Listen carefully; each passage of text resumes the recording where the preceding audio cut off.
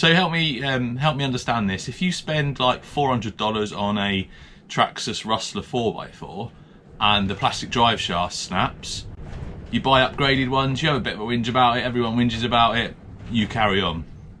So why is it when you spend $30 to maybe $50 on one of these, the plastic drive shaft snaps, and it's the end of the world and they're cheap junk and no one should buy them? Anyway, ranting aside about WPLs, I am a WPL fanboy if you hadn't guessed. And yeah, they do break. Things aren't, you know, perfect. Some of them break, some of them are alright. Upgrades for them cost nothing. So, in this box, I've got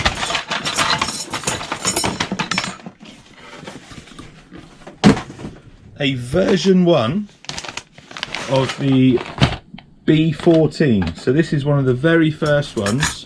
I've had it for quite some time. It's even got plastic gears in it, whereas pretty much, I'm going to say, I'm not sure if the B1s still do, but I'm pretty sure every WPL now comes with metal gears.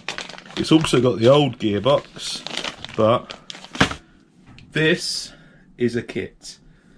The other thing I hear people whinging about, it's like, yeah, but once you've bought the kit and then bought all the electronics for it, it soon adds up.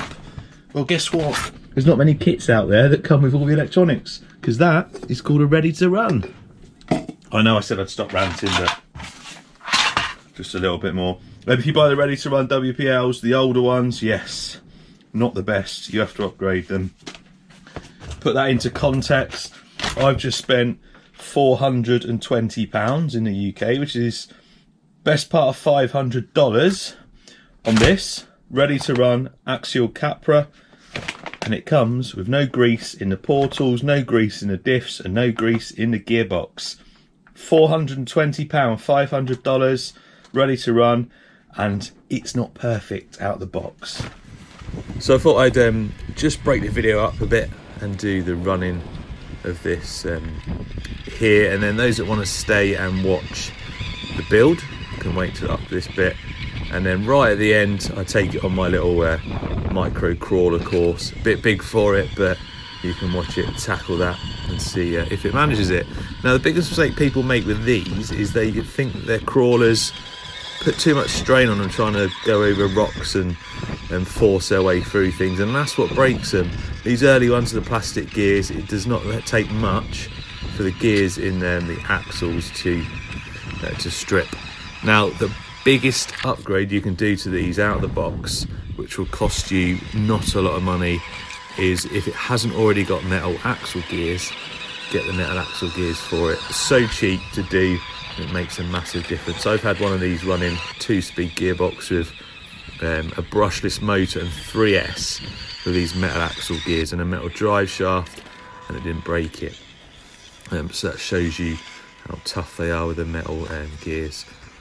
So metal drive shafts, metal gears, and these things are pretty tough.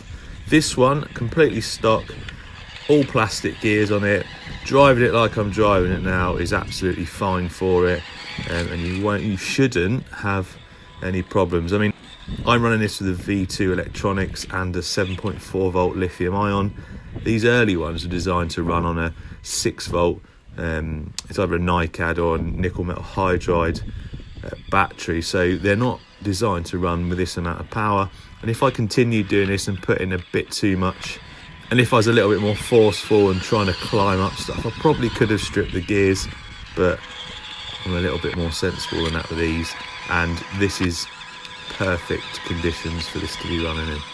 Anyway, enjoy the rest of this bit, then it'll be the build, and then right at the end on the crawler course. Remember, these cost $30 as a kit. The electronics you can get for about $20, so for $50 you've got yourself a nice scale trail truck. Cheers for watching, enjoy the rest of the video, and I'll see you next time.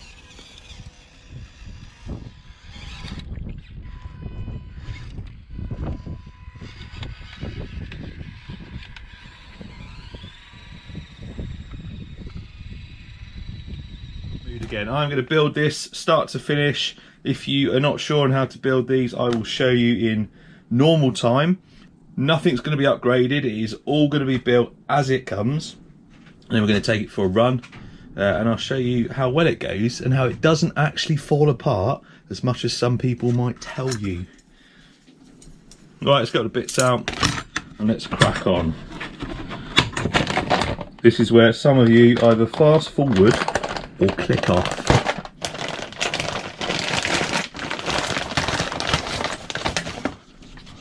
Nice scale body, you can't deny that. So these kits come with a 180 motor and a servo. Again, not many kits out there will supply a servo or a motor, so again, it's a win-win. And as you can see, well, you might not be able to see in there, these gearboxes come greased, unlike this. So something that can happen when you're putting these gearboxes in, there's little ridges in there. If you're too forceful on it, it can crack the case. Now, I'm a big fan of just getting a bit of sandpaper, just rubbing down the ridges a little bit, and that will help this slide in without the case cracking. Whoa! Bits gone flying everywhere. Let's hope I can find them. A set of instructions. They're not the best instructions on these early ones, but I recommend following them so you don't make any mistakes. So first thing it tells you to do is get the chassis built. So let's build the chassis, and it's basically putting your gearbox housing on, and then your servo mount, the rear bracket, and that one. Best thing to do is put one side on first and then do the second side.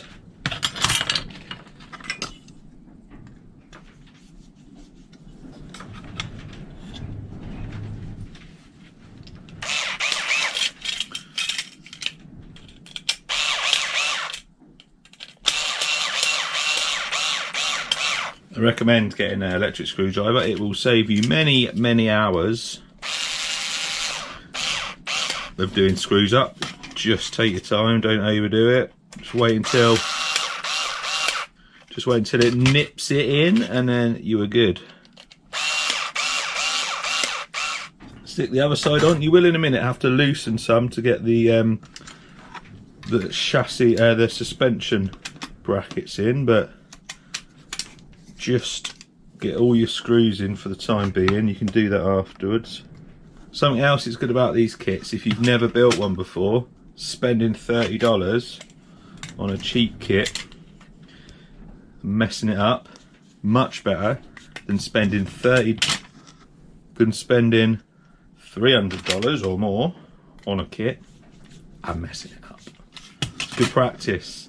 It's also good, you've got kids, get your kids involved, get them building really good little starters, decent scale, get them weathered, get some paint on them. There is some crazy looking WPLs out there. I'll leave a link in the description to a few groups. I'll also leave links in the description where you can get this stuff from. Maybe stick a few upgrades in there.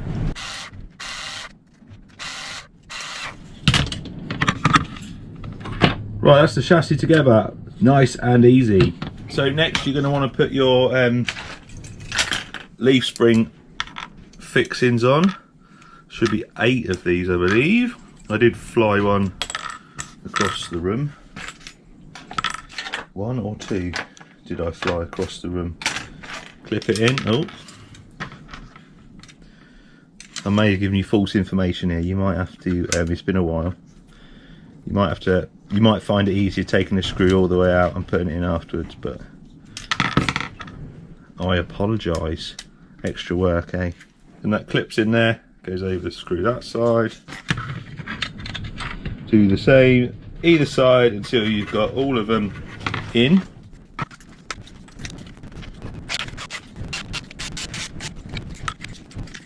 So once you've got all your brackets on, I like to then, I do follow the instructions, but I like to build the axles. You've got a rear, you've got a front. These are really easy to put together. This is another bit that people complain about, and I suppose it's kind of fair with these old plastic ones. They're not the best, but I know quite a few other manufacturers that make RCs with plastic gears. You can get metal upgrades to these for hardly any cost at all. It's another recommended thing to do if you have got plastic gears. Upgrade them to metal. Cheap and easy. Goes together so simple. Input one. This is where the problem is. You got a little bit of play in there. Some people take these off, shim them so that they actually push onto the gears a little bit better, because the problem is when it's on, it's quite loose and it starts slipping. So comes with grease.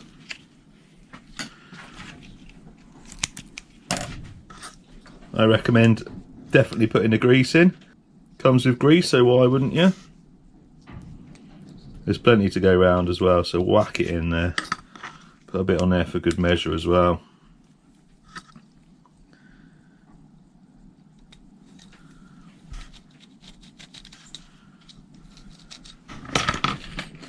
Four screws.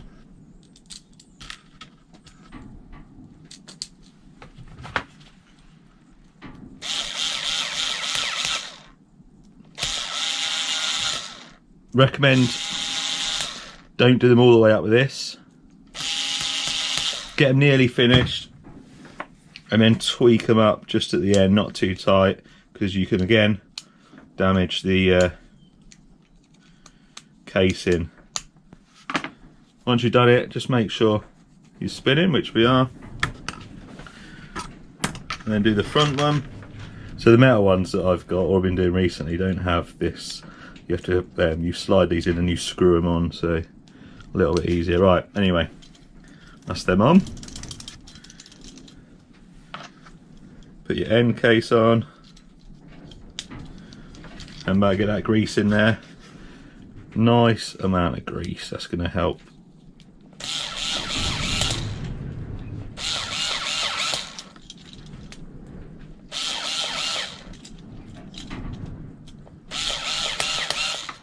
So that's the axles done. So now what you got to do, get your springs on. You need a pair of shorter ones, a pair of longer ones. Get your least, these early ones quite weak, newer ones better metal. When you mount these up, you need the pumpkin on the axle, they go opposites.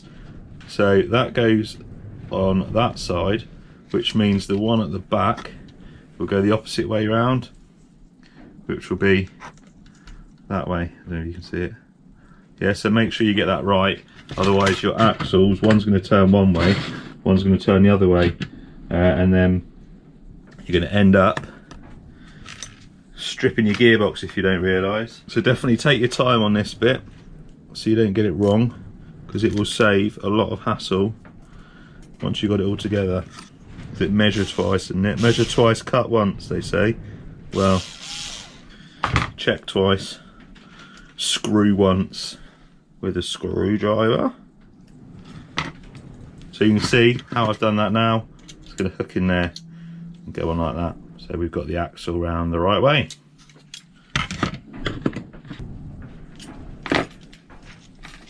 So that is both axles done. While we're here, we can stick this steering arm on, goes on the bottom.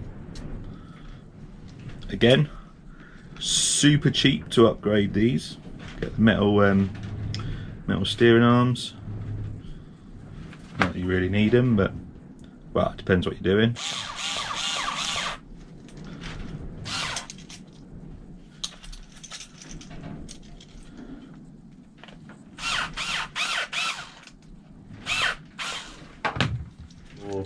The gearbox, we'll mount them up and then get the wheels and tyres on, and we should have a rolling chassis, and then it'll just be a case of getting the electronics on.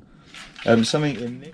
Oops, I might have been a little bit too heavy-handed with the sandpaper. I've pulled a little bit off the gearbox. Shouldn't be an issue though. So motor's in, that bit that's come off, it's got a little crack in there, but the motor's solid in there. motor solid in there, and you can hear it's meshed okay. Now if you look at this drive shaft, if I turn it, it's already loose, so one of the complaints is the drive shaft's popping off. Stick a little bit of super glue on there, slide it back on, and you should be good. So gearbox in, and now we're going to put the axles on.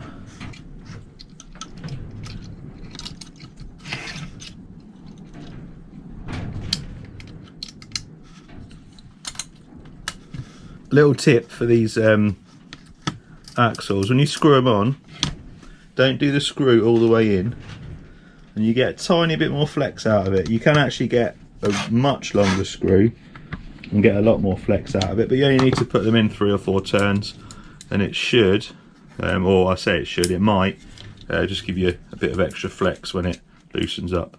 These are quite tight, these screws, so it might not, but I leave them out a little bit just for a bit of extra flex. So that's the axles on, the gearbox in, drive shafts on. I did pop a little bit of glue on that one because it was sliding off. I've also put a little bit of hot glue where I broke the gearbox housing there. Like I said, those housings are a bit fragile. I've probably, out of 10 that I've built maybe, or 10 that I've put together, I probably broke 3, so do take care when doing it. And now a lot of people's favourite bit is the wheels. I'm going to stick these on now because what I want to do is get it rolling, and then we're going to move on to getting all the electronics in there.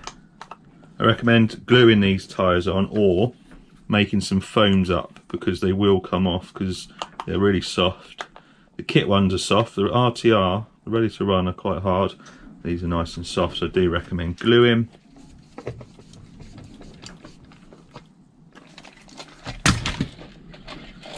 There we go, our rolling chassis. So the video has been rolling for 45 minutes and we're already at the rolling chassis. You see I've got the motor wires on there, done it off camera because I was doing some soldering, and that's what we're going to talk about now. Once you've got your rolling chassis, this is the bit probably get most questions on, and that is the electronics. Now, I do try and answer everyone when I'm dealing with this sort of stuff, but there's so many variables depending on what electronics you have that it's hard sometimes just to do a generic, this is what you do, or this is how you do it. All I'll say is I'm going to use a V2. This is the V2 electronics of WPL. You can get this from the official store, or you can get it from Banggood as well and other places, eBay. This does come with instructions. It does show you where all the plugs go. Same as the older WPL stuff, the proportional stuff. Just type in Google WPL electronics and it'll come up. Any aftermarket stuff should have instructions with it. The basic things to look for are where your power goes, where your on-off switch, where your lights go, where your servo goes. That's basically it. You are going to have to do a bit of soldering, or get someone to do a bit of soldering, because the motor will need the wires soldered onto it. You may need to, I've just started using these XT30 plugs because I really like these for the smaller stuff. Learn to solder, that is all I'm going to say. I've done a couple of quick beginners guides to soldering, but the biggest thing that will help you in this hobby is knowing how to solder. That will save a lot of hassle for you. Anyway, I'm using the V2 electronics for this. The reason I'm using it is because it's an all-in-one. You've got your servo on there, you've got your lights, all your other bits and pieces, and if you want to, you can add extra lights to this, indicators, brake lights. You can also add a winch. You've got a winch control or a third channel there for something else. So that is why I'm using this. There's a V3 version of this out. I've done a review of the V3 stuff, really good, but recommend it. So what we need to do is get the servo in. I mean, it tells you in the instructions, I think, to do this quite early on. I like to leave it until now because it means I can get the servo. I've got the servo in the center position, and now all you need to do, slide it in, really simple. Just going to see where the servo horn's got to go. Servo horn's on, little screw for it there, put that little screw in. Now the newer WPLs come with a neat little servo cover that goes over the top of there. You don't get that on the older ones. They're a push fit, And then if you take this out of the packet for the servo horn, get one of the spare, or two of the spare screws,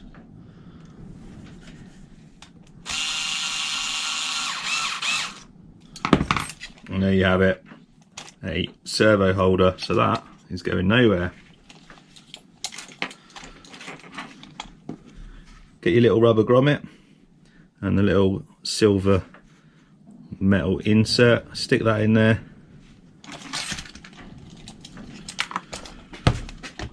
Pop it through the steering arm. So electronics in, fits in the original place where all the stock electronics go. It's not ideal for this one because my LEDs, it should fit, should go on. The battery cable I've done a bit short, but it's an easy fix. And there you have it, a really nice, cheap, scale 1/16 WPL.